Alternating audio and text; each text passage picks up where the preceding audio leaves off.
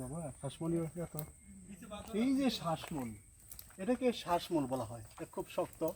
এই যে বানর মামা আমাদের সাথে রয়েছে, এই যে বানর মামা রয়েছে আমাদের সাথে, ঠিক ক্যামেরা দেখে এসে এই কয়েকজন বানর মামা আমাদের সাথে এসে গেছে। বানর অবশ্যই এখানে মুক্ত বনে রয়েছে, পুরো সুন্দর করে সে ভদ্রভাবে এসে এদিক সেদিক আসা যাওয়া একটু ভিতরে ঢুকেছিলাম এই ঠিক শ্বাসমূলে অবস্থা দেখার জন্য।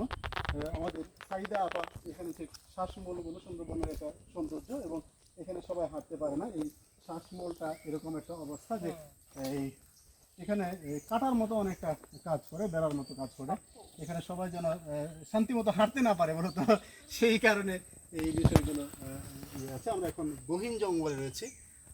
ঠিক এই যে খাল, এই খাল দিয়ে মানুষ জেলেরা মাছ ধরতে আসে। ঠিক সাইদা আপার কিন্তু অভয়ের কারণে আমরা এখানে আসি, নয়তো হয়তো আসতাম এনে দেখে।